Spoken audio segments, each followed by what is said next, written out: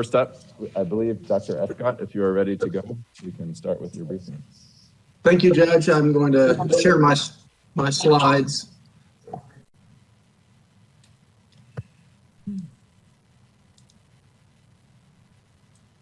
Can you all see that okay? Beautiful. All right, thank you again for the opportunity to update the court and city council on our COVID-19 response. First update, again, this is an updated graph of our metropolitan counties in Texas and how we're all doing in terms of vaccinating adults in those counties. As you can see, Travis County is doing quite well compared to our peers across the state of Texas. Overall, we have 57.8% of adults with at least one dose of COVID-19 vaccine. The only city that's leading us is El Paso County at 63.1%. You can see now that Harris County has surpassed that 50% mark for the individuals with at least one dose, but there's quite a bit of variability across the state of Texas in the metropolitan counties. This same thing is being seen in the non-metropolitan counties in Texas and across the U.S., which makes it challenging for us to really achieve herd immunity as a nation quickly as we need to do. So again, it is critical that all of our residents get vaccinated. If they've had COVID-19 before, get vaccinated. If you're between 16 and 100, even over 100, it's time to get vaccinated. The faster we can get our community vaccinated, the faster we can return to more normalcy in our lives, the lives of our children, and I think that's what we all want. So again, it's important for all of us in the community to reach out to people, connect with them, talk about vaccinations so that we can push these numbers up. We're certainly in a situation where our supply of vaccine locally, statewide, nationwide exceeds the demand, and we need to increase that demand, and my hope is that we can do that. We are expecting that vaccinations, the EUA will be modified for Pfizer to drop down to age 12 as soon as this week. That's going to increase the demand for us, and certainly we encourage parents of middle schoolers and high schoolers, as soon as that is approved, to sign up with vaccinators who are providing Pfizer vaccine and get their children vaccinated, certainly before the beginning of the next school year, but as soon as possible would be even better. When we look at our progress towards herd immunity, I'm showing you this pie chart, and this pie chart is the entire population of Travis County. The graph I showed you before was just adults 16 years old and older, but this gives us an overall picture of where we are in that progression towards herd immunity. You can see that we have 33% of our population overall fully vaccinated, another 14% partially vaccinated, so they received one dose of the Pfizer or Moderna. So 47% overall is good progress. But again, we need to push it further. As we can see, we've had 6% of our community with a confirmed case of COVID-19, an estimated additional 13% that probably had COVID-19 that went undiagnosed. And that's those are numbers generated from our colleagues over at the UT COVID-19 Modeling Consortium. So that leaves about 34% of our community which is still vulnerable. A significant portion of those are children 15 years old and younger. So again, as we wait for that EUA to drop that Pfizer down to age 12, we still have more work to do in the adults, and certainly we need to continue to progress in this effort to decrease that number of vulnerable individuals. As that number continues to drop, our risk of a significant surge will drop as well. Our hospitalizations will drop, our cases will drop, and certainly our mortality will drop. Oops, sorry about that. This is an update of our confirmed cases in Travis County. Yesterday, we reported 78 confirmed cases with a moving average of 89. That's a 25% decrease over the past 2 weeks. So certainly we had some elevation of that plateau for a week to 10 days. We've seen that come back down to where we were before in that 90 to 100 range. Again, our hope is to continue to push that down and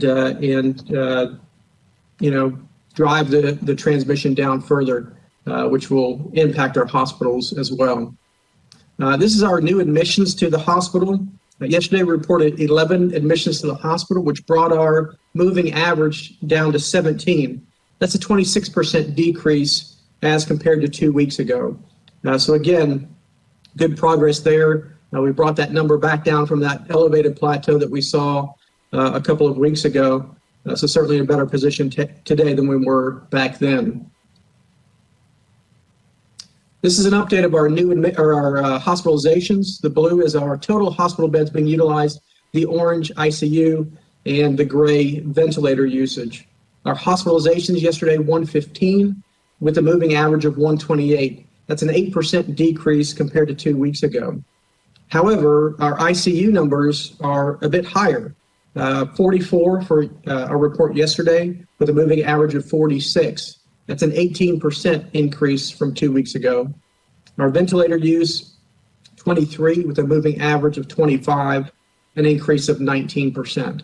Again, we've got some mixed indicators here, but certainly our key indicator, our admissions to the hospital, is moving in a downward direction, and hopefully the lagging indicators, the ICU and ventilator use, will follow that in a downward direction in the week to 2 weeks to come. This is an update of our admissions by age group. You can see that we've had a significant increase in admissions for the 20 to 29 group, the 30 to 39 group, and the 40 to 49 group. We've also seen a significant decrease in our 70 to 79 age group and our 80 plus age groups. So again, we're seeing this pattern where the more vaccinated the age group is, it's certainly impacting the admissions to the hospital at this stage, whereas the less vaccinated groups are seeing increases due to increased transmissions in those age groups. Here's a breakdown by numbers of admissions to the hospital week over week. Last week, we had a 15% increase in overall admissions to the hospital as compared to the previous week. You can see that the bars at the bottom have grown thicker since last week, whereas the top bars are getting smaller, particularly our 80 plus and our 70 to 79 age group. Again, when we see numbers like this, 30 individuals in the 40 to 49 age group, 17 in the 30 to 39 age group, and 22 in the 20 to 29 age group, that indicates that there's a lot of disease transmission in those groups. Because they have such a dramatically smaller rate of hospitalization as compared to older adults, it means there's got to be a lot more transmission happening there. So again, it is critical for our young people to get vaccinated. Our 16 to 20-year-olds, our 20 to 29 group, our 30 to 39, 40 to 49, they are not vaccinated to the same level as our 50 plus age group. In fact, currently, and we're still working with DSHS to get more accurate data by decade of life, but it appears that our individuals younger than age 50 only have about a 55% vaccination rate within that group. Individuals 50 years old and older are more like 70% or higher. So that's why we're starting to see that impact in compression of the older age groups. And I'll talk more about that when we look at positivity, particularly in those two oldest age groups, the 70, 79, and 80 plus. This is an update of the hospitalizations by race and ethnicity. We had a little bit of a decline in our white non-Hispanic community, relatively flat for our Latinx community in green, and a significant increase in our African American community hospitalizations last week. Again, this is that same data by numbers of hospitalizations. Again, you see a slight increase in the Latinx hospitalizations, 45 to 52. Again, a slight increase in our white non-Hispanic, 57 to 60, but a significant jump in our African American hospitalizations last week, moving from 12 to 22. Again, we continue to see that disproportionate impact in our communities of color, and this is why Director Hayden Howard and the team is continuing to focus efforts in our communities of color regarding vaccinations, and she'll talk more about that a little bit later. This is an update of our positivity week over week. Last week so far, that positivity is 4.0%. It's relatively flat compared to the previous week, 3.9%. Again, we need people to get tested if they have any symptoms of COVID-19. I had a conversation this week with a young man who was asking if he should visit his mother. He had some nasal congestion and felt okay, but again, nasal congestion, mild sore throat. These are the kind of symptoms we see in young people, in teenagers, and people in their 20s and 30s. And that should be a warning sign. Any of those symptoms should result in individuals getting tested for COVID-19 to make sure that they don't have it prior to going to work, going to school, or certainly visiting loved ones. This is an update of our positivity by race and ethnicity. So unfortunately, some significant increases in the positivity with the data so far that we have for last week. Our Latinx community moved up from 5.9% to 6.9%. Our African American community, 3.8% to 5.8%. Our Asian American community, 3.1% to 3.6%. And our white non-Hispanic community flat at 3.1%. This is that positivity data by age group. And I want to point out first the bars on the right side. You can see that our 60 to 69, 70 to 79, and 80 plus are at or below, right around that 2% mark. This is the group where we're seeing 70 to 75% and over vaccination rates with at least one dose of vaccine. So we're certainly seeing an impact on those who have been most heavily vaccinated already. We're seeing it in the nursing homes as well, which I'll show you in just a bit. Again, in the populations where we don't see as much vaccinations, we're seeing that positivity rise. You can see that week over week, significant increases in that 40 to 49 age group positivity, 50 to 59, as well as our 20 to 29 age groups. So again, we need all of these groups to get vaccinated, to be passionate about getting vaccinated, to not only protect themselves, but to protect their family and their community as well. It is critical for all of us to advocate for vaccination so we can move past the masking and the distancing and get back to more normalcy. When we look at the positivity broken down by school age groups, we can see that our high school and middle school students, the positivity is higher than the community average at 4.8% for each of them. Our elementary school and preschool are lower, 3.1% and 1.6% respectively. Again, masking is still required in all of our public schools and our private schools. It's important that we continue that effort. We continue that effort through summer school until we can get a substantial portion of individuals who are school-aged vaccinated. This is an update of our positivity, or our nursing home and long-term care facility dashboard.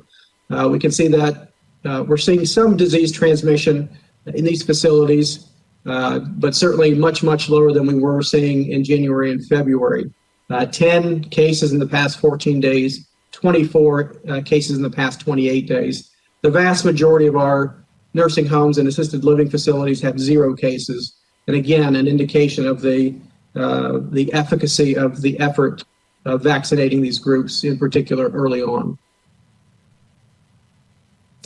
This is an update of our Regional Infusion Center. Again, TDEM opened this on January the 6th. Since then, 1,071 individuals have received that monoclonal antibody therapy, which has been shown to decrease the risk of hospitalization for those folks who are at high risk for severe disease.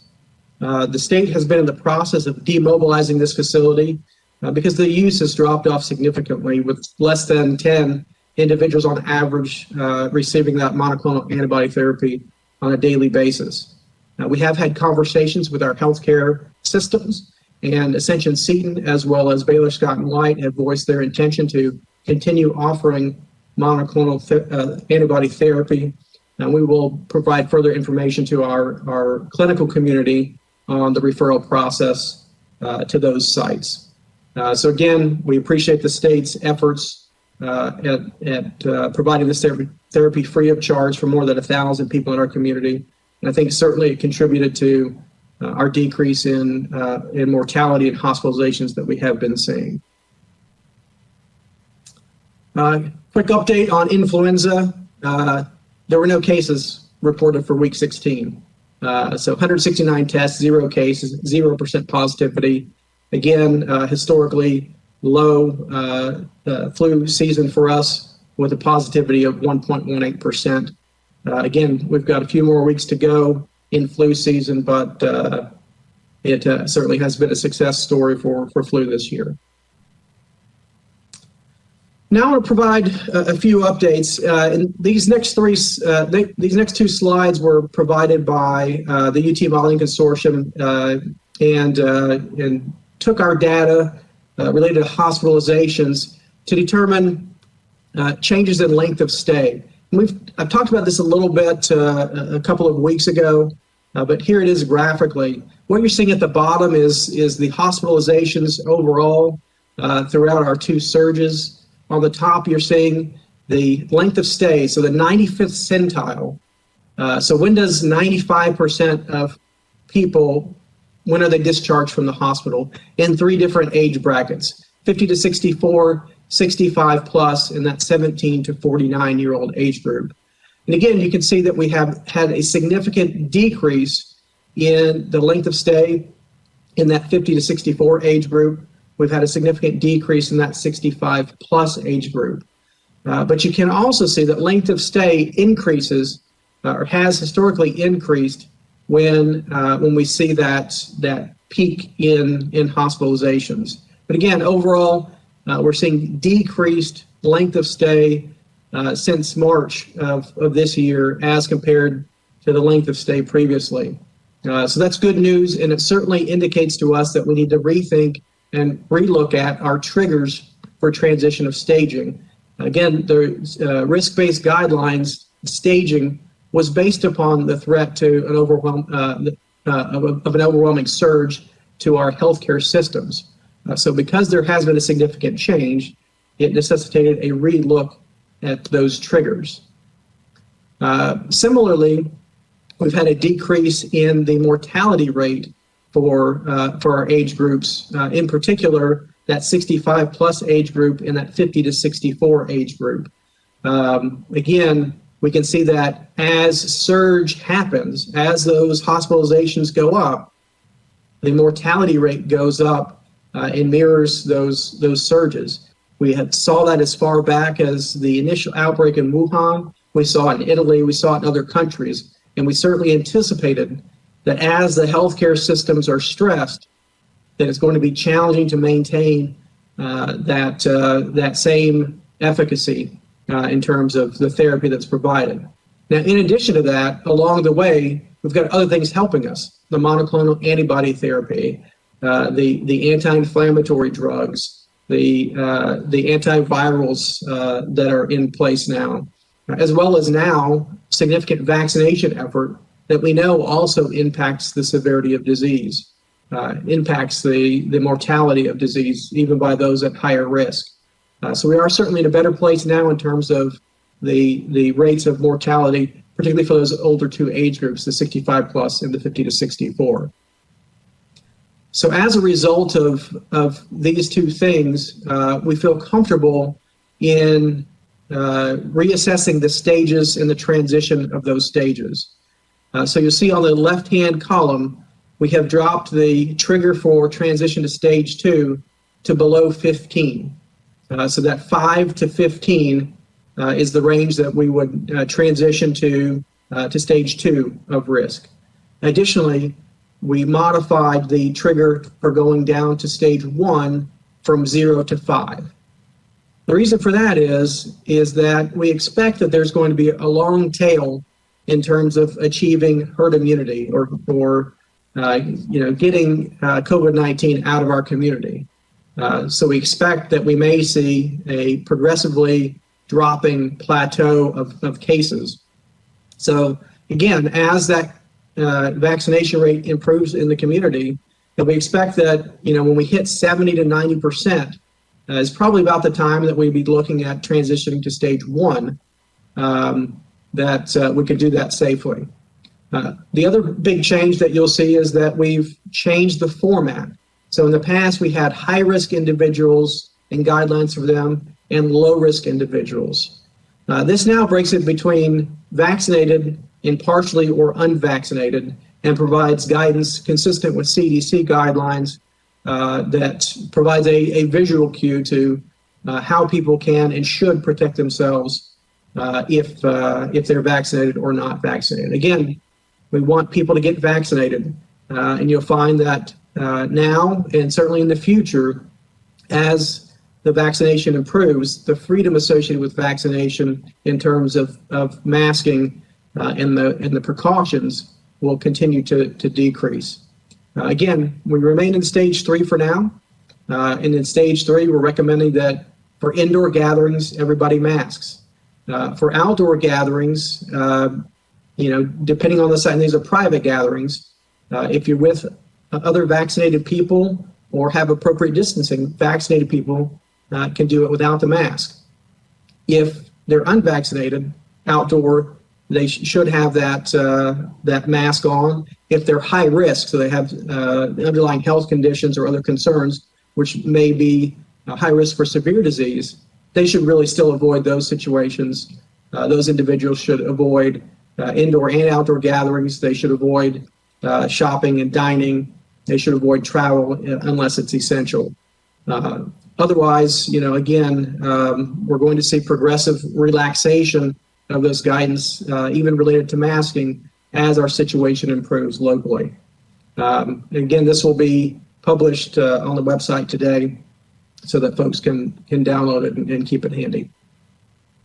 I do want to provide a bit of caution. Again, when we talk about this progress towards herd immunity and some of the successes that we've seen as an overall community, it's certainly not equal across the community. And our concern is that even as we have the potential of relaxing sooner and heading to stage 2, that we still need to avoid surge.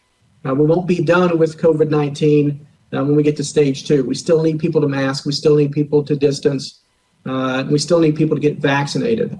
This is, again, provided by the UT Modeling Consortium, which shows the rates of in-hospital deaths per 100,000 population by zip code. And again, I want to point out Texas is around average for the state is around 169 deaths per 100,000. The total for Austin, for Travis County community, is about 78, so less than half of the state's death rate, less than half of the national death rate. But you can see that we have some portions of our community that are approaching or equal to that state death rate. And this is why we continue to really focus on those communities who have been hit hard by COVID-19. We need those communities in particular to get vaccinated and to drive down disease transmission in those groups. Again, we're not done with COVID yet, but we need to continue to push the vaccinations to put ourselves in a better place, to relax things, get more people back to work, get children back in the classroom, and do so safely. With that, I will transition back over to Director Hayden Howard. Good morning. Thank you, Dr. Escott. Next slide. This is a snapshot from our APH vaccine dashboard. Shows 373,704 vaccines. This does also include the data from the CODA site as well. According to our demographic data, Asian population has received about 9%. African American is 7.2%. Hispanic is 18.99% vaccinated by either at CODA, by APH, or by community care. Next slide. This is just a summary of the vaccine for children, education, and our senior population. Austin Public Health has provided 287,663 vaccines. And last week, we provided 14,464 vaccines. As you all know, we had some significant challenges with the weather last week. We had several locations, including the CODA site, where the Saturday operations were canceled. And then we also had a couple of days where we needed to close the Burger Center early. With childcare, this shows 13,107. You see the senior population and then the data that we have from dishes of folks that are 65 years of age and older. Next slide. We wanted to just kind of alert everyone that kind of these are the ways that individuals can get their vaccine through APH. You can go online and schedule an appointment online. You can also call 311, leave your name and number, and our staff will give you a call back to schedule. And then we're continuing to do our home visits. That mobile team provided about 2,000 vaccines last week. And they were focusing a little bit more on Foundation community properties, but they also are doing some work with our substance misuse facilities, like Austin Resource Recovery, and also making sure that and with the boarding care facilities, et cetera. There's also a Travis County substance misuse facility that they are focusing in on. The team is meeting with the Austin Hotel and Lodging Association, looking to see how we can partner with them and bring the vaccines to their locations so we can provide that for individuals that work at hotels. In addition to that, our staff are having meetings with 3 apartment complexes and working on the logistics with that. Next slide. In October of last year, we opened a community-wide wellness and preparedness survey. And one of the questions that we did ask the public was about getting the vaccine. And we had about 500 people respond. There were 7 languages available. And the majority of folks that responded, as you can see, did agree that they would either definitely, possibly, or probably receive the vaccine. In addition to that, we did notice that there was about a little over 12% that said that they would probably not or definitely not receive the vaccine.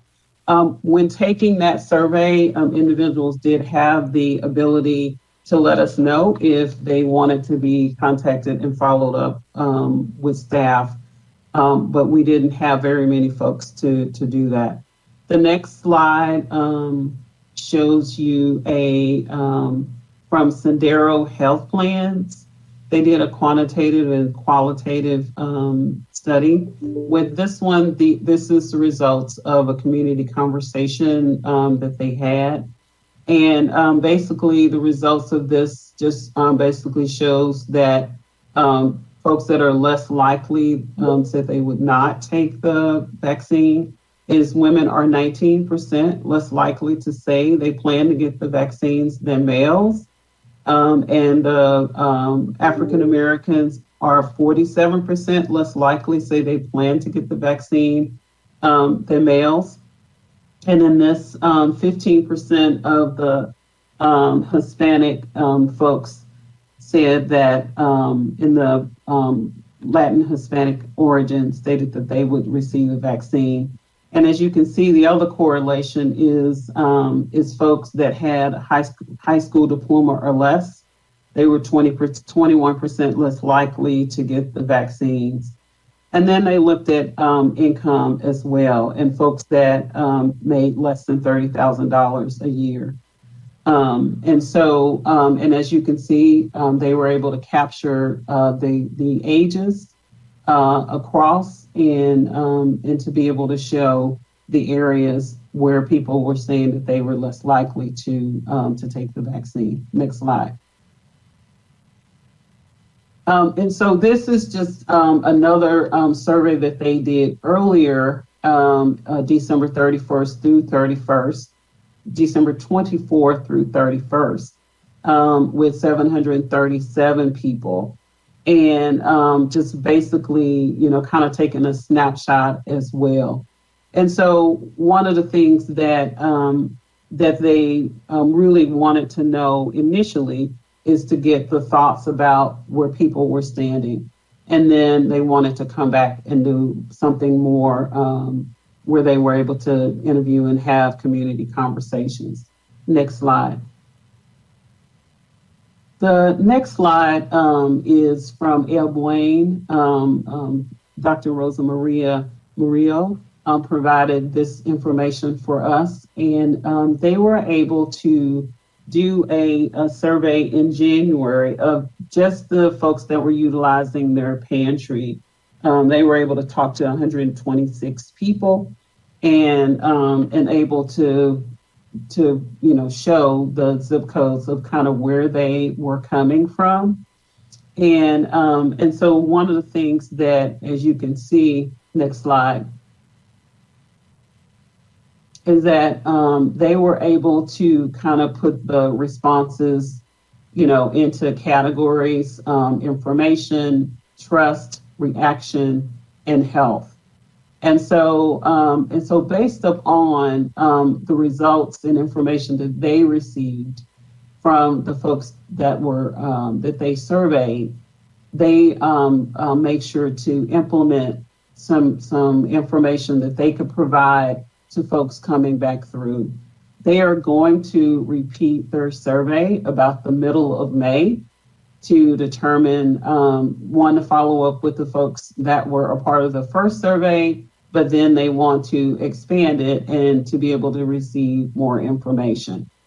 And so based upon these things that, we had received along the way, we have shared the information from the Sendero study with our vaccine providers as well to create that awareness. But in addition to that, with Austin Public Health, as we've been able to be flexible in making changes, these are some of the things that we've continued to do and will continue to do in order to address hesitancy, trust, and then making sure folks have all of the information that they need. Next slide. One of the things, as we shared, we have our partnerships that we're going to continue. As you all know, we have our 7 mini grants that we have. We met with United Way last week, and as you all know, they provided some grants to partners.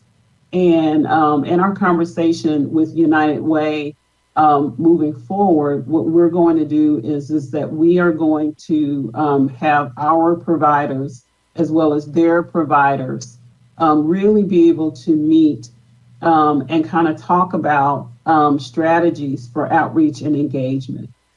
This will be a way for us to make sure that the providers that are working across the city of Austin and Travis County are not working, in a silo, that they are working together, developing tools together, sharing tools that they're already using, et cetera. The other thing is the goal is to make sure that there is not a gap in the community where we don't have someone covering that area.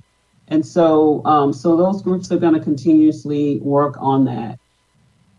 With our outreach and engagement, just making sure that, you know, whether it's the messaging that is coming from our partners that we contract with, or internally, making sure we have cultural relevant messaging. And continuing with our TV, radio, digital, social media, and PSAs.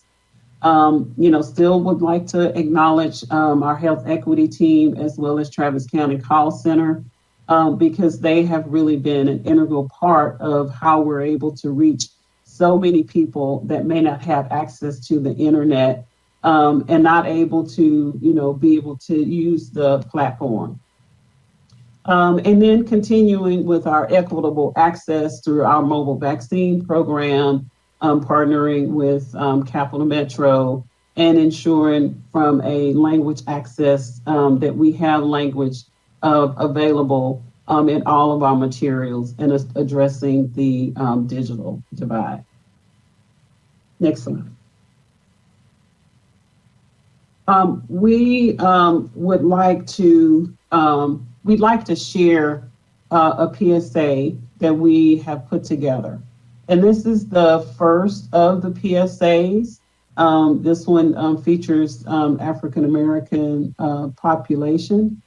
And our next step is we're in conversations with the Hispanic and Latinx partners so we can identify and work with them.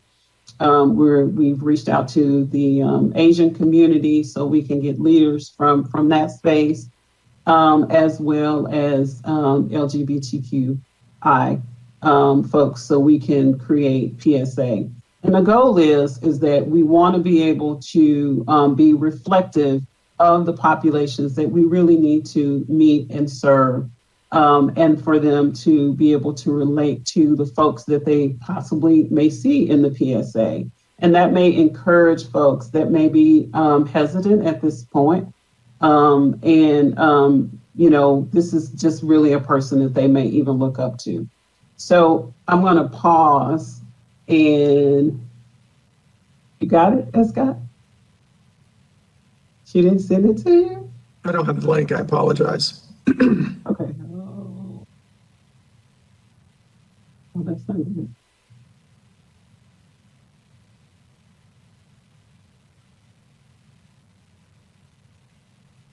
Well, in our communications, what we'll do is we'll send it over to you in a link from our communications office. So that concludes our presentation. Thank you. Thanks, Director Hayden-Howard.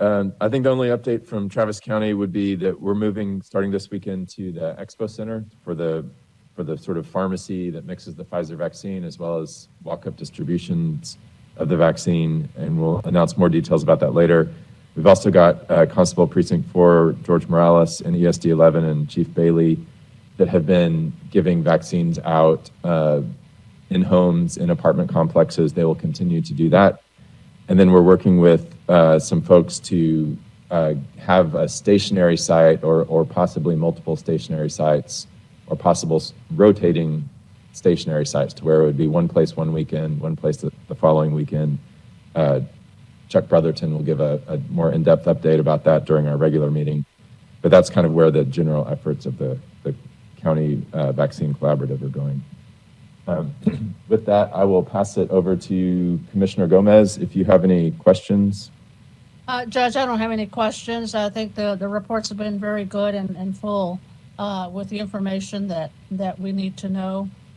Basically that it's not over for COVID. We need to still take care of ourselves, use masks wherever appropriate, and really take these precautions. But most of all, to encourage people to get the vaccine. That's a very good message to get through to the communities. So thank you all very much. Thank you. Commissioner Shea?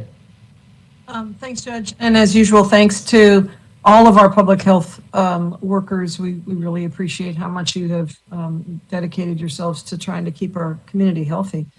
I think this is probably a question for Dr. Escott, although I'm not sure, but can you just talk a little bit about the harm that could develop from us not reaching herd immunity? My sense is that it would allow for mutations to continue to fester and for this to get harder for us to contain.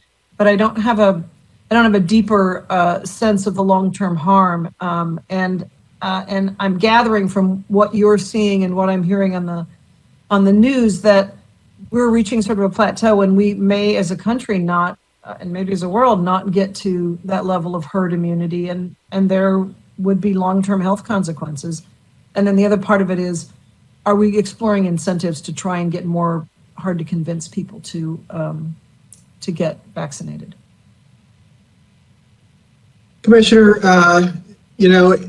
the pursuit of herd immunity is going to be a challenge. I think we're likely to find that some cities, some counties, some states may be able to achieve it, but achieving it nationwide, achieving it worldwide is going to be a challenge that may be too difficult because of the variability in vaccine availability, because of the challenge of having a worldwide pandemic with multiple hotspots which shift around the world. It's going to make it very challenging, if not impossible, to eradicate COVID-19. So I think the most likely scenario is that, like flu, we will put it to rest. We will end up in a stage where we live with it, that we have, some cases that fluctuate up and down to a low level. But the concern, like with flu, is that we have a variant emerge that significantly evades vaccination efforts that could cause a similar kind of impact again. Again, I think the priority for us as an Austin and Travis County and Central Texas community is to try to get there, is to try to achieve that herd immunity for our community. What happens in other parts of the state and the other parts of the country is up to them. But I think throughout this pandemic, we have shown that we can do it better, that we can listen to the advice, listen to the science, wear our masks, distance, and do things to protect one another. I think the same is true for vaccinations, and I'm hopeful that with our continued efforts, with that community dialogue to dispel some of the myths and misinformation that we've seen shared around social media, that with the facts, people will make the decision to get vaccinated. I think we do need to have a discussion about incentives. There's a fine line between incentives and coercion, and we need to make sure that people are making a free choice to get it or not get it. But I think there is some evidence now that incentives are helpful to push people over the edge, to give them a little bit more motivation to go and get the vaccine. And so I think it's worth a discussion. I think we're certainly seeing employers have those discussions. Some are offering time off. Some are offering money to get vaccinated. I think we're likely to see insurance companies also start to have discussions about incentivizing vaccinations. For them, if they can get somebody vaccinated and provide an incentive, they save a lot of money on the back end for the hospitalization that can be long and expensive for the insurance company. So I think there's a lot to be said for that, and I think it's something that does require further discussion. Thanks. Commissioner Trevelyan.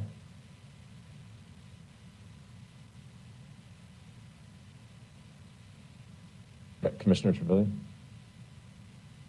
All right. I was trying to work with my mute button.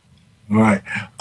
First of all, I would like again to thank Dr. Escott and Director Hayden Howard for the work that they've done. I'd also like to publicly thank her or congratulate her rather, for her elevation to Assistant City Manager.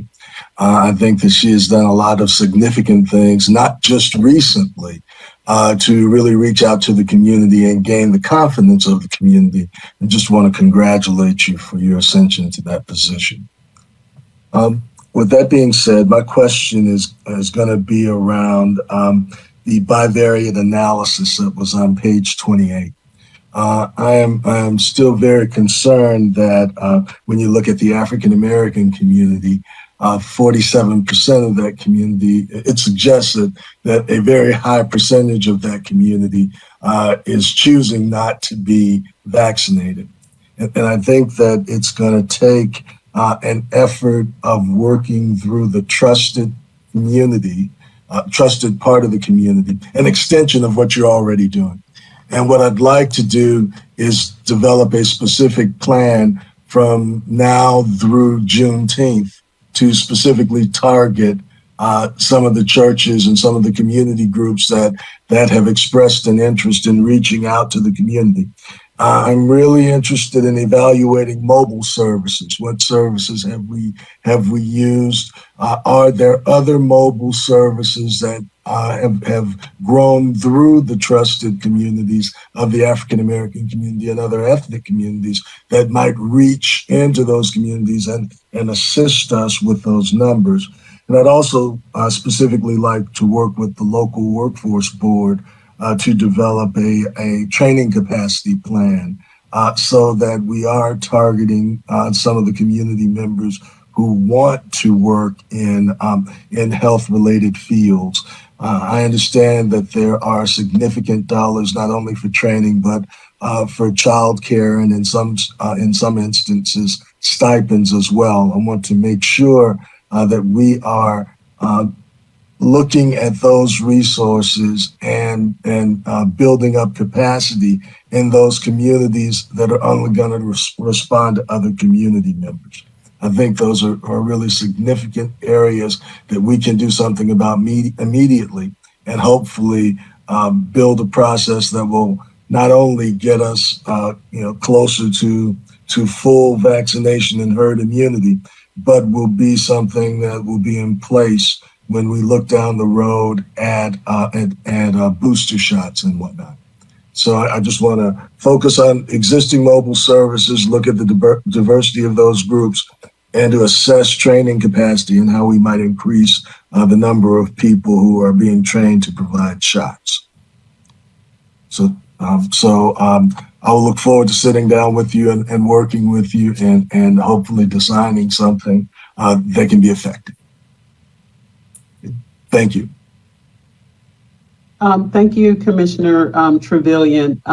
I think it would be great if a couple of folks from our team, as well as Ms. Fleming, sit down with you and have a conversation and kind of talk about that workforce development piece. So we can definitely follow up with you. We have started to receive requests for Juneteenth, Friday, Saturday time period to be able to provide the vaccines. And so we're also working on scheduling some events with the churches around that time. So we'll be able to pull all of that together and share that with you and this group as well as we look at those efforts of, how we're able to really be able to reach more African Americans. Thank you so much for your hard work and the efforts that you're making in outreach. Thank you.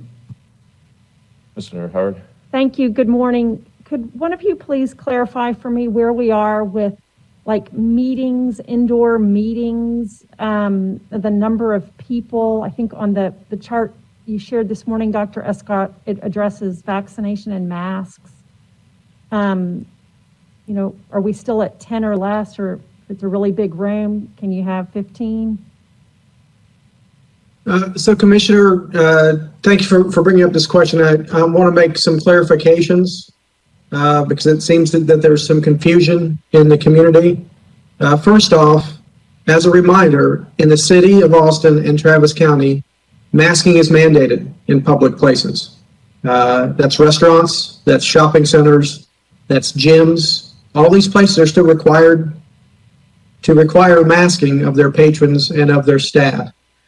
Having said that, when we talk about the health authority rules, those rules are still restricting it to groups of 10. Now, does that mean you can only have a meeting of 10 people? No. What it means is that within the meetings, the cohorts or the groups or tables should not be more than 10 people. That decreases the risk of spread to lots of different people. In particular, it's important if there are circumstances where masks are not worn. So if that meeting involves a meal or drinking where the masks are coming off, it's even more important that those groups stay small to limit that risk. Again, by and large, we continue to see transmission of disease when people aren't masked and distanced. So if we continue those protections a bit longer until we can drive things down into stage 2 and then stage 1, we can start to relax some of that guidance. We can start to open up the group size a bit more. But for now, those groups should be 10, and those groups should be separated by at least 6 feet in circumstances where there are multiple tables of people. Thank you. Thanks. Director Hayden Howard, I got one update and then a question that kind of relates to that. So I got a message that this past weekend, the Constable Precinct 4/ESD 11 team got several, I think 5 locations in the Eastern Crescent, the North Bluff Mobile Home area, Montopolis Rec Center, Guerrero Thompson Elementary, San Jose Catholic Church, and Del Valle ISD. And I think over the past 2, and also ACC, a campus of ACC. Over the past 2 weeks, through those methods, they've given about 6,000 shots. So those are all, again, these teams that find people where they are in neighborhoods, go to their locations and give shots. And Director Hayden Howard was wondering if, as we do more of these, like, this weekend, and as since we're moving to the Expo Center, and once we get set on which of the semi-permanent locations we're going to have, is there a way that we could do a joint calendar with APH and Travis County collaborative efforts? And I don't know if there's a way somehow to pull in like what, Walgreens or HEB or other, if there are pop-ups. Do you see any way that we could do that to where we could give people a week or 2 notice? And I know it's very hard to do that because things change so often, but any mechanism that you think might work for that? That is actually in the works. We sent out a survey to partners that they were to respond to by close of business on yesterday. And so the goal is to create a map, but also, a calendar, because I know sometimes maps just don't work well for folks. So we want to make sure that we have both of those. And so to kind of capture, what's happening, for the month. But our folks will be able to go in weekly as long as we receive those updates from our partners and make those changes to reflect anything that's going to happen kind of 2 weeks at a time. And so that is what we're trying to strategize and be able to get that. But our staff are working on that. I need to determine, when we'll have that populated, but the goal was to get that populated this week because the deadline to send everything was yesterday, close of business. Okay, that's great. And I know, things change daily, obviously, with all of this. So I know that's a challenge, but thanks for doing that. Mayor, I will pass it over to you. Great, I appreciate that, Judge. We'll go through our council, and I've been reminded to reaffirm that everybody gets one question, so that the commissioners coordinate, we can get back to our schedules. We're going to go districts 1 and up. So we'll begin with the Mayor Pro Tem. Thank you, Mayor. I appreciate it.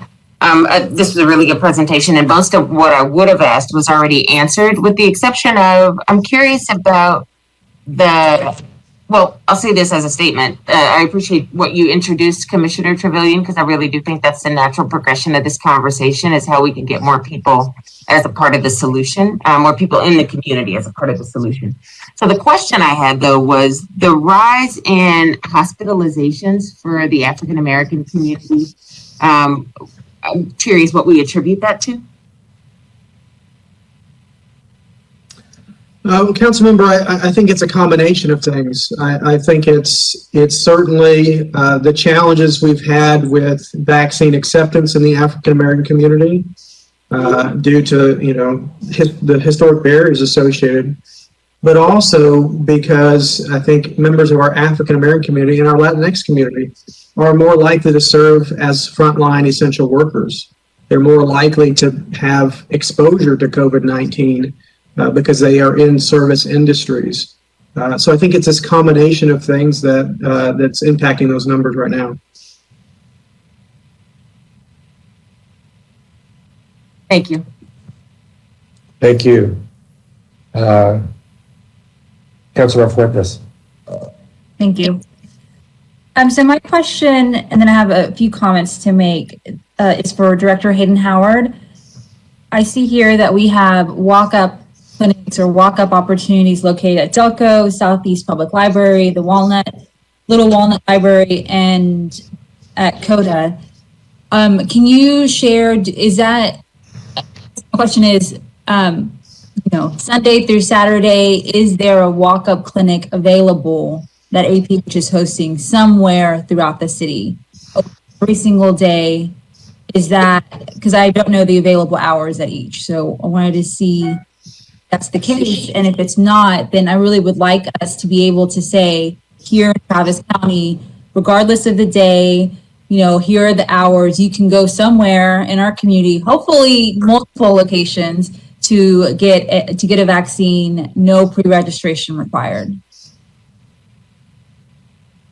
Councilmember Fuentes, that is really the goal of being able to have the map and the calendar.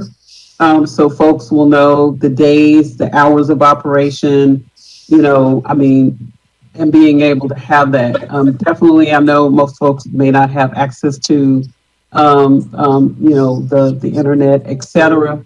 But being able to, if they have a question, we do provide that schedule to our 311 staff. They have that schedule available. And then that way folks can make a choice. Whenever they're ready to go, they'll know, kind of where they will need to go, what time they'll need to be there, et cetera. And then our staff are going to continuously update that information. And so more to come. We don't have it yet, but that is in the works. And so that is what that website and map will look like and provide. Okay, thank you. Yeah, and I think it's just, and when we have that map up, and when we have that schedule available, I think it's important that we share it out with all of our offices, because oftentimes, we're either getting texts and messages at all hours of the day asking, where do I go to get my second dose? Where can I go to get a dose right now? And so just having that information as quickly and timely as possible, because I myself have had to call 311 to ask, okay, tell me, where are the vaccine clinics in Austin right now that are open to our community? So I think it's important that we have that information sharing. And then a couple of comments I wanted to make. Thank you, Dr. Escott, about mentioning incentives. I think that is an important and critical strategy that we really need to have a robust conversation. And I hope that the next time we come together and meet jointly, that we can have an update on what those incentives look like. We know that there is significant hesitancy in the Latino community.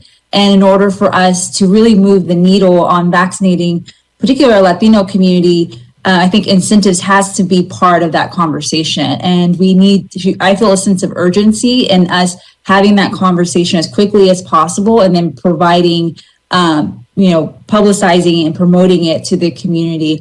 I do would like to thank Central Health. I believe they have provided an incentive to providers in their vaccination strategy. And so if we can really move that lever or tactic in getting our community vaccinated, I think that would go a long way. And then similarly to the comments shared by Commissioner Trevelyan, I really would like for us to have a plan in place that we can share with the community and how we're going to, especially for our communities of color. And we're doing great work, and there's a lot of work being done, but it's not getting out there to the community. I'm still worried that we're not presenting our information as county and city together. And I appreciate, Judge Brown, the efforts that you and your team are doing with the pop-up vaccine clinics.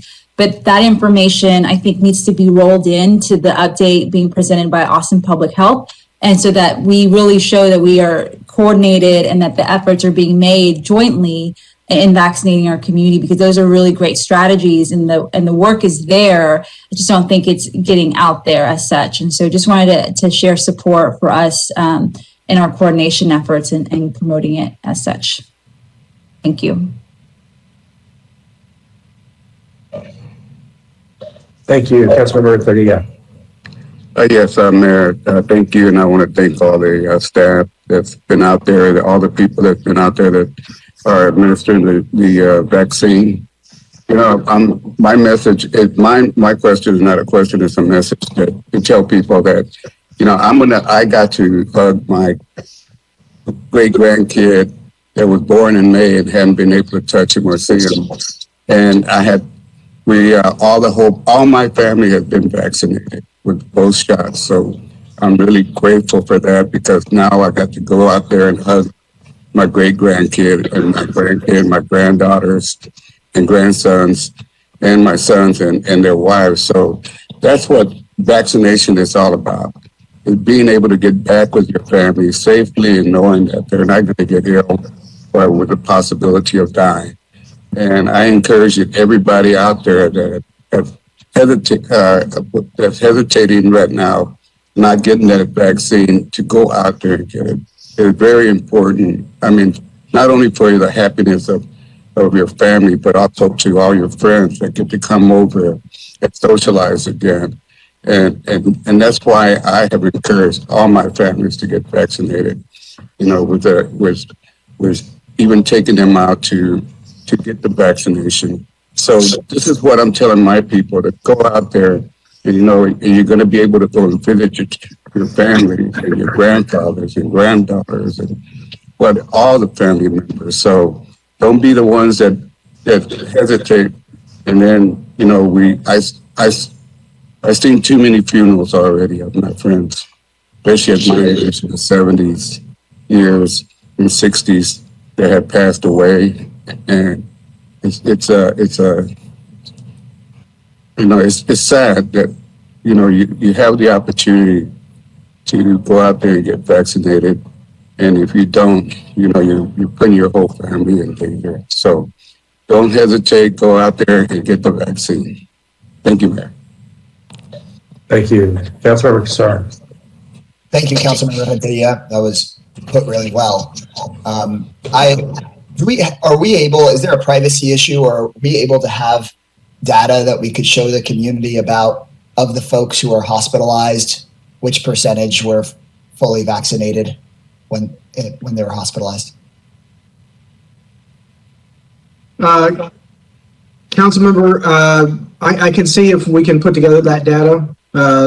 Certainly it's de-identified. We could share that. I can tell you that last check, we had 15 cases of individuals who had been previously vaccinated that were breakthrough. So it's a very, very small number. Out of hundreds of thousands of people, we had 15 cases. And that's just diagnosis, not hospitalizations. Right. My assumption would be that we might find that 0 of the people in the hospital would have gotten both shots, or a very, very small number. And I think I'm aware of 1. Yeah. And so that data, that information might be really potentially, it might potentially be helpful for folks to be able to localize the data and show people, X number of people have really unfortunately had to be hospitalized, and of those currently in the hospital, this number did not have their vaccine, and the other number did. after making phone calls through to constituents and friends and loved ones, sometimes I found that really giving people that really local information and experience could be helpful. So that might be a useful data point. Absolutely. I think that's certainly contributing to the substantial decrease in length of stay, about a 40% decrease across the board in length of stay. So, I think that the impact on mortality has been significant because of that impact on vaccinations. We're doing it better, and vaccinations are decreasing the risk of both hospitalization and, even more profoundly, the risk of death from COVID-19. Thank you. And then my second question, it might just be to kick this over to Sendero because I didn't see it in the slide, but offhand, do we know if there was, if they broke down within the Latino community, those that are primarily English speakers versus those who are primarily Spanish speakers, and if there was any difference there, just because because I've often found, right, that there can be a generational difference, there can be income differences, but sometimes just tracking whether you're primarily an English speaker or primarily a Spanish speaker, you might find different answers or different levels of hesitancy. Do we know whether Sendero took a look at that? I can follow up with them in the information that I have. I'm not aware, so I would follow up with them. Thank you. Please do that, just because we might have different messaging strategies and obviously different media to get to those different groups of people. But thank you for looking into both of those topics, and I join with my colleagues here in wanting to help get the message out, so that we really stay on track towards getting people vaccinated, because it's a top priority, I know, for all of us. Thank you. Thank you. Councilmember Kitchen. Thank you very much for sharing the information today. I appreciate seeing the information about the surveys from the other locations. That's one thing that we had asked about. I had asked about last time, so I appreciate the opportunity to see that. I think it confirms what we're hearing from people. And from what I'm hearing from you is that it's helping us direct our messaging, which I think is important. There's one other item I wanted to follow up on from our previous discussion to see if you all had a chance to think through. And that was related to that we had some conversation about reverse 911 and or some other kind of method like that to get information out to people. Perhaps that could be used to get the kind of messaging out that we see is important. So have y'all made any progress on thinking through that kind of approach? The communications team has a contract with a vendor that is able to send text messages, to a certain group of folks. So what that team is kind of working through is getting the phone numbers. And so logistically, we want to make sure to be able to reaching out to folks that are not vaccinated, that have some level of hesitancy. And so one of the things that our folks are going to be posing to the folks that are doing outreach is that an area where they could be able to assist us with getting those phone numbers. So that's kind of the piece that we need are the phone numbers. Our team is ready to create kind of the message to send, et cetera. And so they are working on that process. Okay, thank you. What is the timeline? I'd have to get back with you. They've not given me a timeline on getting that done. Okay. Yes, I would appreciate it. I imagine my colleagues might also, if you could share the timeline with us once you are able to get that from your staff. My thought is just that we really need to do very targeted messaging in the best way that we can. I know, as Dr. Escott said, it will be difficult for communities to get to herd immunity, but I think that we need to give it our very, very, very best shot in this community. So. Great, thank you. I guess Councilmember Kelly. Thank you. I was welcomed to the Mexican consulate on Saturday, and I was honored to have been part of a vaccine effort that they hosted that morning. And I want to thank Frank Fuentes from the U.S. Hispanic Contractors Association, and of course the Consul General of Mexico and his staff, they couldn't have been more hospitable, excuse me. It was an absolute pleasure to meet the Consul General of Mexico and his staff. We very much appreciate our Hispanic neighbors and the many thousands of Austin neighbors of Mexican descent who live here. While I was at the Mexican consulate Saturday morning, I was also able to get my own second vaccine dose and encouraged and thanked others who were there. The line was wrapped around the building. It was incredible.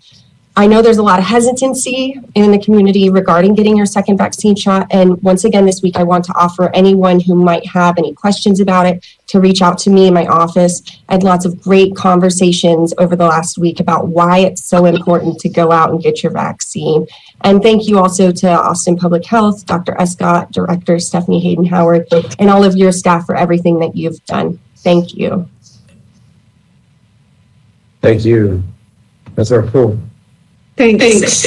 And my thanks to everybody for the work that they continue to do. A couple of weeks ago, maybe 3 weeks ago, time's so weird, I had raised the question about the those residents who had been vaccinated, maybe even twice vaccinated, had their full immunization, but had come down with COVID again. And I think, Dr. Escott, there was a term for that. It was like a reuptake. What was the breakthrough? And the question that I asked was, can we put that data, assuming that it's really low, onto our dashboard so that we can point to that and say, here's yet more concrete evidence of why that vaccine is so key. Because I think at this point, as far as like getting over the hump of the hesitancy and that percentage that is keeping us from the normality that we all seek, we also, to the extent that we have evidence that we can point to and say, here's why having that vaccine is so important. We have been saying it. We've been saying it repeatedly. We show the trend lines going down and the vaccination and immunization lines going up. But at the time, I thought it might be a useful little bit of data to offer up, and that would be the breakthrough. Do you think there's, and unfortunately, I didn't ever get any, wasn't able to follow up on it at the time, but since it's already come up again here this morning, I wanted to revisit that. That was something that I brought to the group about a month ago, 3 weeks ago, and wanted to know if that was something that there's room for on the, with the many stats that are already on our dashboard. Councilmember, thank you. I have discussed with the team. I'll visit with them again this week, but I agree it would be helpful to demonstrate number of vaccinations and number of people fully vaccinated who had a positive case. There's a larger number. It's still a relatively small number, around 150 individuals who had their first dose and then got COVID shortly thereafter. But again, very, very small numbers from those who are fully vaccinated. So yes, we'll work with them again this week and see if we can get that up in the near future. And then just anecdotally, the severity of if they were with the breakthrough that they do have, what the severity of it is, if that is diminished by the fact that you have some antibodies. Thanks so much again for all the work everyone is so consistently doing and bringing to the table. Thank you. Councilmember Ellis. Thank you, Mayor. Dr. Escott, can you tell us about some of the contributing factors to the outbreak we're seeing in India right now? I know a lot of Austin residents may have friends or family or know someone in India, and what is contributing to that outbreak and how could Austinites help? Councilmember, I think there are a number of factors. We have seen other significant outbreaks in countries as the vaccination effort started. Primarily, that's been when the vaccination rates were very low. When we look at places like Israel that had a surge back in January, there were less than 25% of the population had been vaccinated. So you have that issue of a small portion of the population being vaccinated, somewhat to the extent that it's not going to be that impactful in the overall spread of disease. But you also have issues similar to what we have in parts of our community. You have social vulnerability. You have lack of health care. You have lack of fresh food, access to medicines and other things that impact. You have higher rates of diabetes and hypertension and those things which increase the risk for disease or severe disease. But you also have significant population density. And we know for viruses that are spread via respiratory route, that population density is going to have a huge impact on the spread of disease. So I think we're going to continue to see struggles in places like India, Mexico City, Sao Paulo, and other parts of Brazil, where we have these very large populations in a very small space. Those are going to be the ones that are both going to be the holdouts in terms of getting to herd immunity, but also the places that are most likely to generate new variants. Because with the aggressiveness of transmission, it sort of makes circumstances ripe for emergence of new and competitive variants of disease. I think right now, in order to help India and other places, first step is to get themselves vaccinated and to advocate for vaccinations locally so that we can get to herd immunity and we can start focusing on other communities across the globe in their efforts of vaccination. Certainly there are opportunities to volunteer internationally for those healthcare providers, which right now, there are significant deficiencies in the healthcare personnel and equipment available. There is deficiency in oxygen supply. So we're going to see a continuing catastrophic event unfolding in India and certainly in other places to follow India. Thank you for that information. I know our hearts go out to those who are worried about their loved ones. Thank you, Councilmember Ellis. Councilmember Tovo. Thank you. I have an observation and then a question. I wanted to say, and to some extent, I know that public health and our city and other entities are getting out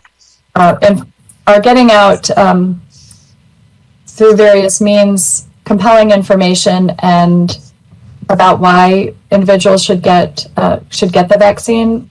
I just wanted to suggest, Manager, that you and your public information staff also consider other opportunities, if these are not already underway, and I apologize if I've missed them, but to do PSAs, to do videos, to do things like that. I was just, as Councilmember Renteria, as you were speaking about how it had personally impacted your family in such a positive way, I was just really captured by how powerful that testimony is, and that's really, maybe the shift that we need to make as a community now to doing those kind of individual, personal testimonies about how life had changed for those individuals who have been vaccinated. So just an idea, and thank you, Councilmember. That I think was such an important message for our community, both the message and the personal story you shared. My question is about what information we have with regard to the vaccination success or the vaccination rate at this point among individuals who've experienced homelessness or who are experiencing homelessness, both in our shelters, but also unsheltered. I know that those efforts have been underway now for a while, but wanted to get just any information you have about statistics or extent of vaccination rate among individuals who are experiencing homelessness.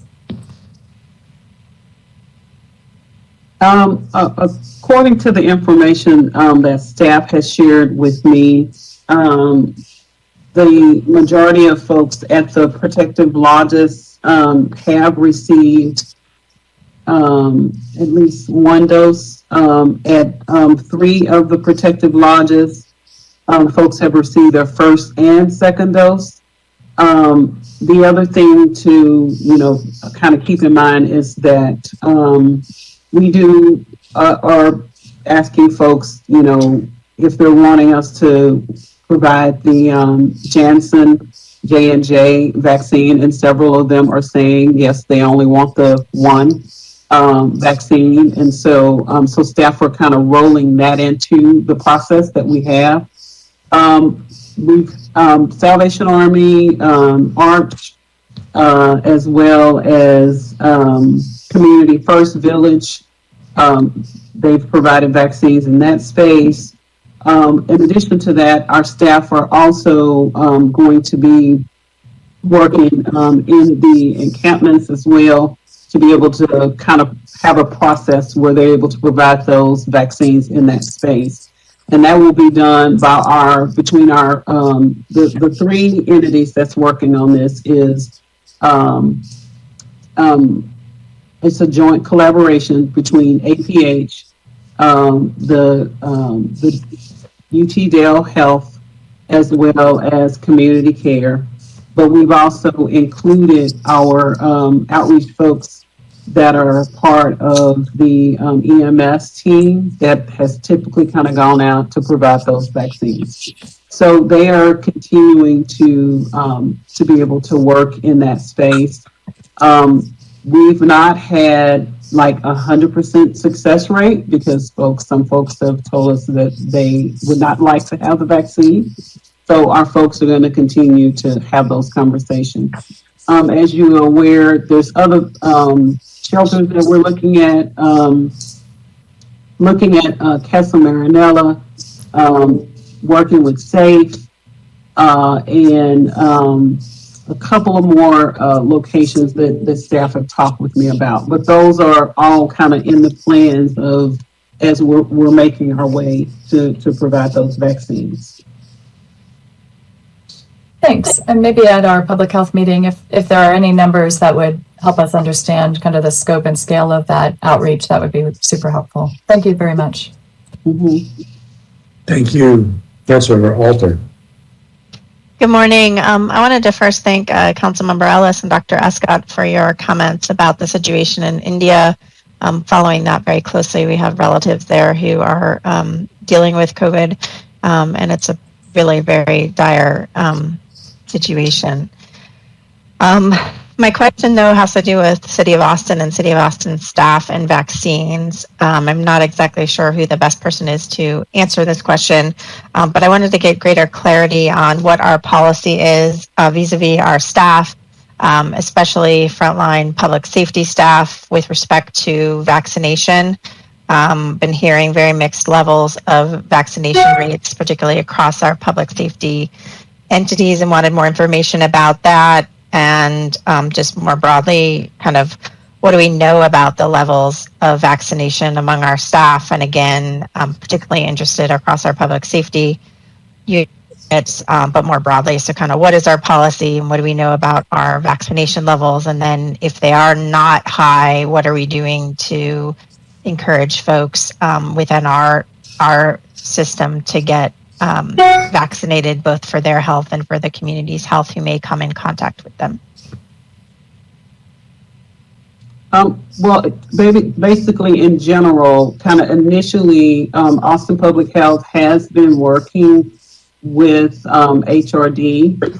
We've been using the wellness location to be able to provide those vaccines for City of Austin employees. In addition to that, HRD has been working very closely with Randall's, and Randall's has been able to come in and provide some vaccine clinics at the Learning Resource Center. You know, in my conversation with staff, my understanding is that, and this is going to be an estimate because I don't have an HR person with me currently, but I believe there was close to 4,000 staff have received kind of throughout the city, have received those vaccines. They're going to continue those efforts.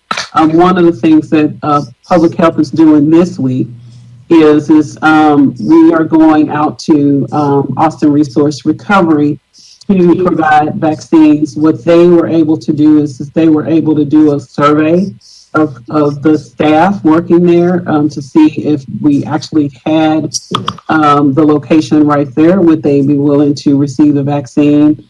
And looks like about 60 of them have committed to do so. So we're going to continue to do those types of efforts with them.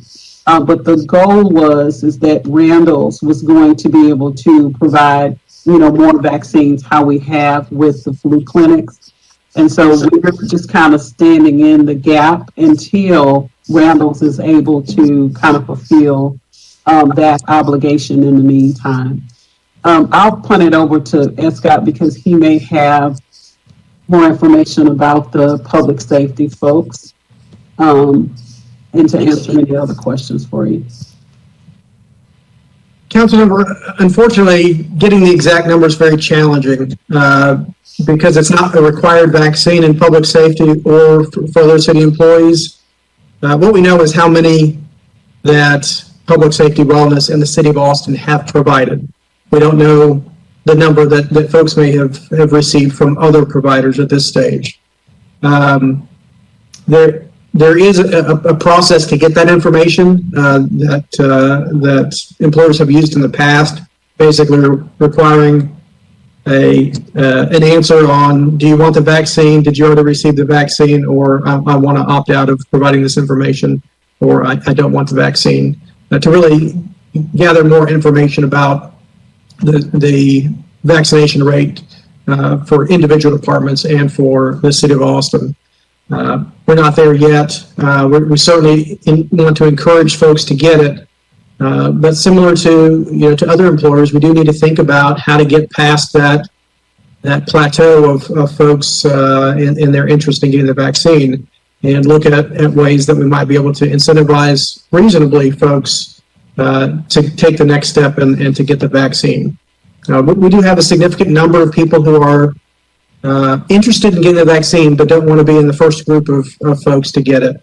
They want to wait and see and see what other people's reactions are, what some of the longer term reactions may be, or concerns, if any.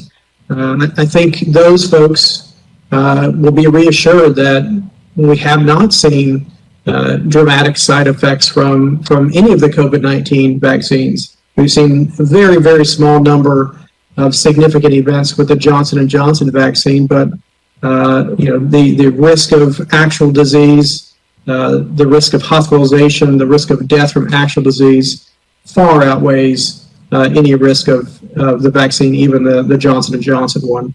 So my hope is that will improve, but we'll certainly continue those discussions with HR to see if we can work on a system to better assess where we are in terms of vaccinations. So I appreciate that information, and I understand that the 4,000 number is just those that you know about and that not everyone went through the city. But if 4,000 were the number out of 13,000, that would be kind of pathetic, given what the average is in the city as a whole, and we're the city and we have all the doses. So, or have a lot of doses. So, I think it's really, really important for the city to do everything we can to make it easy and accessible for our staff. Our staff are coming in contact with the public, and I think, we want people to go back to the library. We want people to go to our summer programs. We want, our services to be widely available, and we don't want to be a source of spread. So I think I would like to see us, maybe next week you can report back on some of the steps you're taking. I appreciate the example of ARR, but there are a lot of departments and I'd like to know more about how we're sharing best practices, and how we're going out and encouraging that. I understand from EMS that they have a very high vaccination rate, but a lot of efforts and leadership went into conveying that to that group of people. They're also very attuned to the costs of COVID, et cetera, and that helps. But I think we really do need our directors and our union leadership, where appropriate, to lean into this. And if we as council can help in any way, we'd be happy to be involved with that. But I think that's a population that we have more direct interaction with, and we can make it easier, by being able to take time off or whatever it is that they need. And I think there is a policy to do that, but maybe that needs to be underscored, because that is a population that should have the information to be able to be vaccinated, and that we have a responsibility as employers to make sure that we make it easy, and that folks are getting those vaccines whenever possible. And Councilmember, just really appreciate the comments and look forward to the continued support that this council has for ensuring that our entire community and more importantly, our city employees have access and that are encouraged to get the vaccine. But you're absolutely right. I mean, we've offered it for a number of weeks now for all employees, and we're pivoting our efforts to those more localized efforts with specific departments. And so we spent time at the last directors meeting last week talking about some of those strategies that we'd be using, and we look forward to sharing some of those additional examples in the days ahead. So thank you for that, Councilmember. Councilmember Halter, thank you.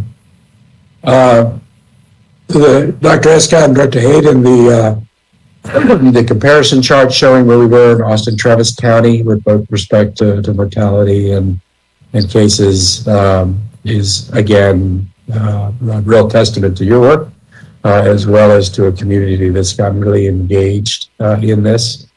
And the mortality rate that we have here is relative to cities across the country continues to be one of the strongest. So thank you for that.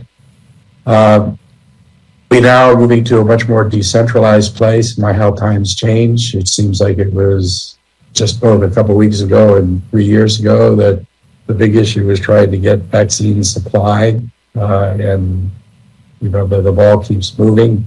It's great to hear that HEB now is having walk-up vaccinations as well, and CVS and Randall's coming on board.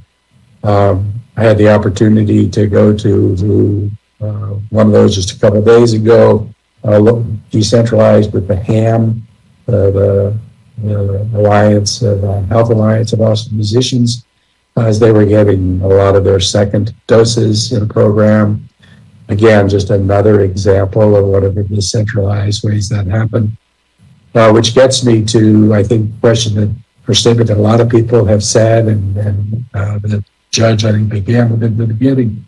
You're not getting credit for everything that's happening here with respect to the decentralized work. And I think it's really important that you do for several reasons. One is the more people that know about it, the more people I think that can find it.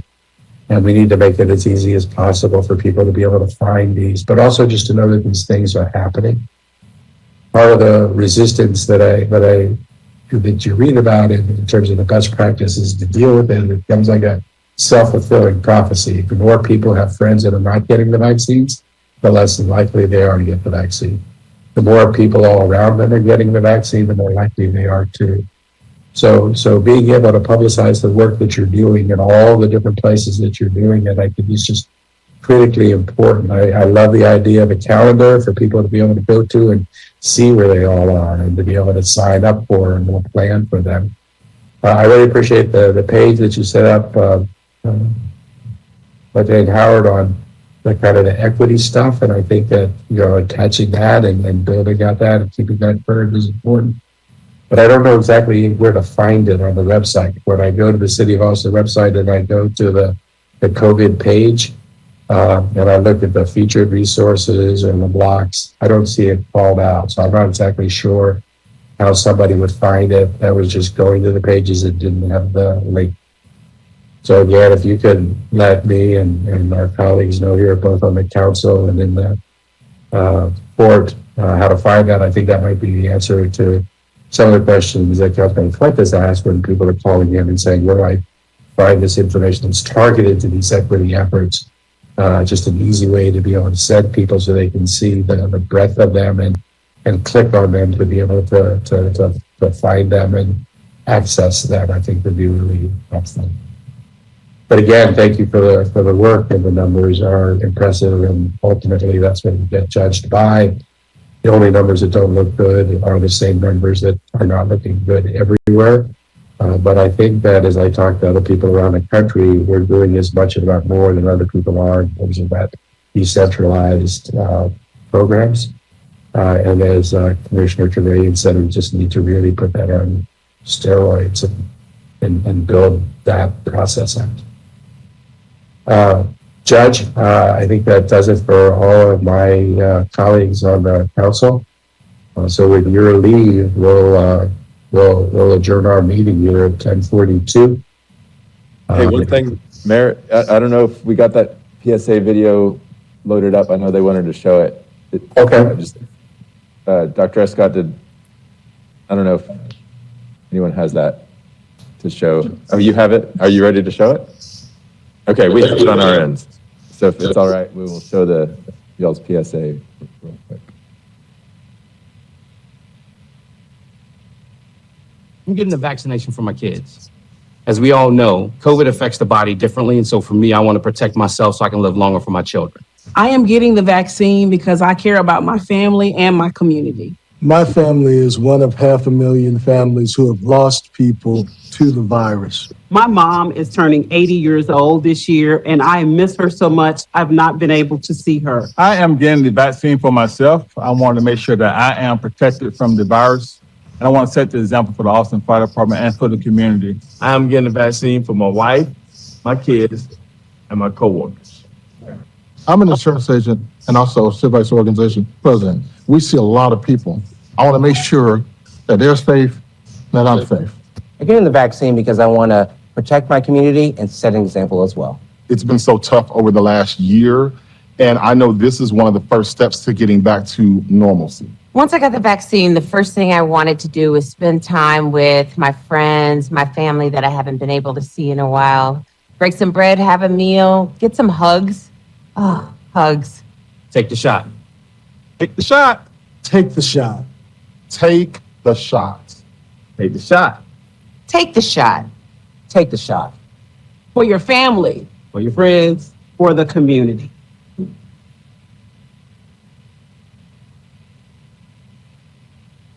Nice. That's awesome. Looking forward Excellent. to those hugs. Great. Okay, so Mayor, sorry I interrupted you. If you want to go back to the adjournment. That was a good interruption.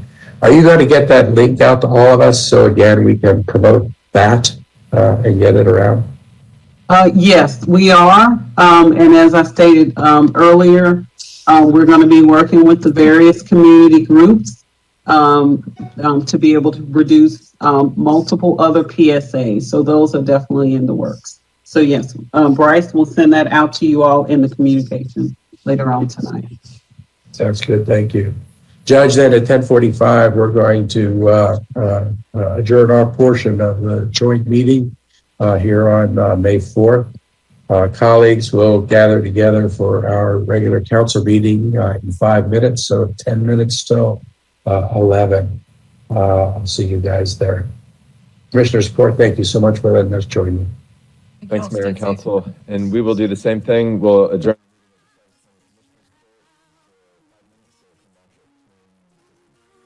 Whether or not I'm getting better in this body of halves that I own.